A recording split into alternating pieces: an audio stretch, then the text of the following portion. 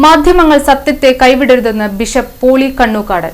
വേഗതയേറിയ വാർത്താ മത്സരങ്ങൾക്കിടയിൽ മാധ്യമങ്ങൾ ഒരിക്കലും സത്യത്തെ കൈവിട്ടുകളയരുതെന്ന് ഇരിഞ്ഞാലക്കുട രൂപത ബിഷപ്പ് മാർ പോളി കണ്ണൂക്കാടൻ ഓർമ്മിപ്പിച്ചു. സത്യം നിങ്ങളെ സ്വതന്ത്രരാക്കും എന്ന മഹത്തായ ആപ്തവാക്യം മുറുകെ പിടിച്ചാകണം മാധ്യമപ്രവർത്തകർ മുന്നോട്ടു പോകേണ്ടത്. ഇരിഞ്ഞാലക്കുട രൂപതാ മന്ദിരത്തിൽ സംഘടിപ്പിച്ച മാധ്യമപ്രവർത്തകരുടെ സംഗമം ഉദ്ഘാടനം ചെയ്ത് സംസാരിക്കുകയായിരുന്നു അദ്ദേഹം. ആധുനിക മാധ്യമ ലോകം ബ്രേക്കിംഗ് ന്യൂസുകൾക്ക് പിന്നാലെ പായുമ്പോൾ സമൂഹത്തിന് ദിശാബോധം നൽകേണ്ട സത്യത്തിന്റെ പ്രാധാന്യത്തെക്കുറിച്ച് ബിഷപ്പ് ഊന്നിപ്പറഞ്ഞു. കേവലം വാർത്തകൾ കണ്ടെത്തുക മാത്രമല്ല, അതിനു പിന്നിലെ യഥാർത്ഥ സത്യം തിരിച്ചറിഞ്ഞ് ഉത്തരവാദിത്തത്തോടെ ജനങ്ങളിലേക്ക് എത്തിക്കുകയാണ് ഒരു മാധ്യമപ്രവർത്തകന്റെ യഥാർത്ഥ ദൗത്യമെന്ന് അദ്ദേഹം കൂട്ടിച്ചേർത്തു. വാർത്തകൾ എത്തിക്കുന്നതിലെ വേഗതയേക്കാൾ പ്രാധാന്യം അവയുടെ സത്യസന്ധതയ്ക്കാണ്. ദുരിതം അനുഭവിക്കുന്നവരുടെയും പാർശ്വവൽക്കരിക്കപ്പെട്ടവരുടെയും ശബ്ദമായി മാറാൻ മാധ്യമങ്ങൾക്ക് കഴിയണം. സമൂഹത്തിൽ നന്മയുടെ പ്രവർത്തനങ്ങൾ വ്യാപിപ്പിക്കാൻ മാധ്യമപ്രവർത്തകർ നടത്തുന്ന സേവനം ഏറെ അഭിനന്ദനാർഹമാണെന്നും അദ്ദേഹം പറഞ്ഞു. അതുകൊണ്ട് മറക്കരുത്, മാധ്യമങ്ങൾ ഒരു വാർത്താ വിനിമയ ഉപാധി മാത്രമല്ല, മറിച്ച് ജനാധിപത്യത്തിൻ്റെ കാവൽക്കാരാണ്. ജനാധിപത്യത്തെ നിലനിർത്താൻ മാധ്യമങ്ങൾക്ക് ഒരുപാട് പങ്കുണ്ട്. അതുപോലെ തന്നെ പ്രധാനപ്പെട്ടതാണ് സമൂഹത്തിൻ്റെ മനസാക്ഷിയാണ്.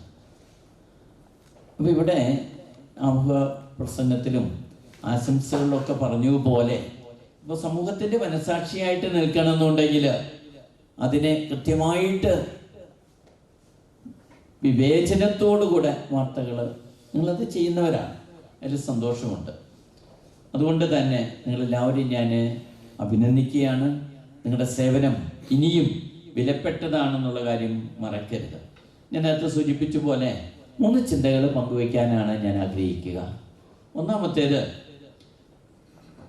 നിങ്ങളോടുള്ള നന്ദി ഞാൻ അറിയിക്കുകയാണ്. രൂപതയുടെ വിവിധങ്ങളായിട്ടുള്ള പ്രവർത്തന മേഖലകളുണ്ട്.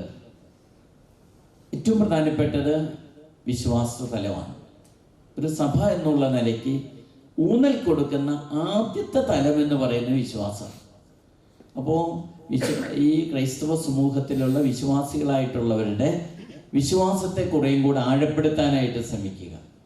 രണ്ടാമത്തെ കാര്യം, ഈ ആത്മീയമായിട്ടുള്ള കാര്യങ്ങളോടൊപ്പം തന്നെ ജീവകാരുണ്യ പ്രവർത്തനങ്ങൾക്ക് ഊന്നൽ കൊടുക്കുന്നുണ്ട്. അതുകൊണ്ടാണ് ബ്ലസ് എ ഹോം പ്രോജക്റ്റ് ഇപ്പോഴും ഒരുപാട് കുടുംബങ്ങൾക്ക് 1000 രൂപ വെച്ച് മാസം തോറും കൊടുത്തുകൊണ്ടിരിക്കുക. എൻ്റെ വാർഷികമായിരുന്നു കഴിഞ്ഞ ഏപ്രിൽ 18. 14 കോടിയോളം രൂപ ഇപ്പോൾ കൊടുത്തു കഴിഞ്ഞിട്ടുണ്ട്. ഇപ്പോഴും 406 കുടുംബങ്ങൾക്ക് എല്ലാ മാസവും 1000 രൂപ വെച്ച് അയക്കുന്നുണ്ട്. അത് എവിടെ നിന്നാന്ന് ചോദിച്ചു കഴിഞ്ഞാൽ ഉദാരമതികളായിട്ടുള്ള നല്ലവരായിട്ടുള്ള വ്യക്തികൾ, അത് ജാതിക്കും മതത്തിനും കക്ഷിരാഷ്ട്രീയത്തിനും ഒക്കെ അതീതമായിട്ടാണ് കൊടുക്കുന്നത്. അതോടൊപ്പം തന്നെ 1000 കുടുംബങ്ങൾക്കായിരുന്നു നേരത്തെ കൊടുത്തിരുന്നത്. അതൊന്ന് കുറച്ചിട്ട് വിദ്യാഭ്യാസ മേഖലയിൽ ഒന്ന് സഹായിച്ചു തുടങ്ങി. രൂപതാ മന്ദിരത്തിൽ നടന്ന സ്നേഹസംഗമത്തിൽ മാധ്യമരംഗത്തെയും സഭയിലെയും നിരവധി പ്രമുഖർ പങ്കെടുത്തു.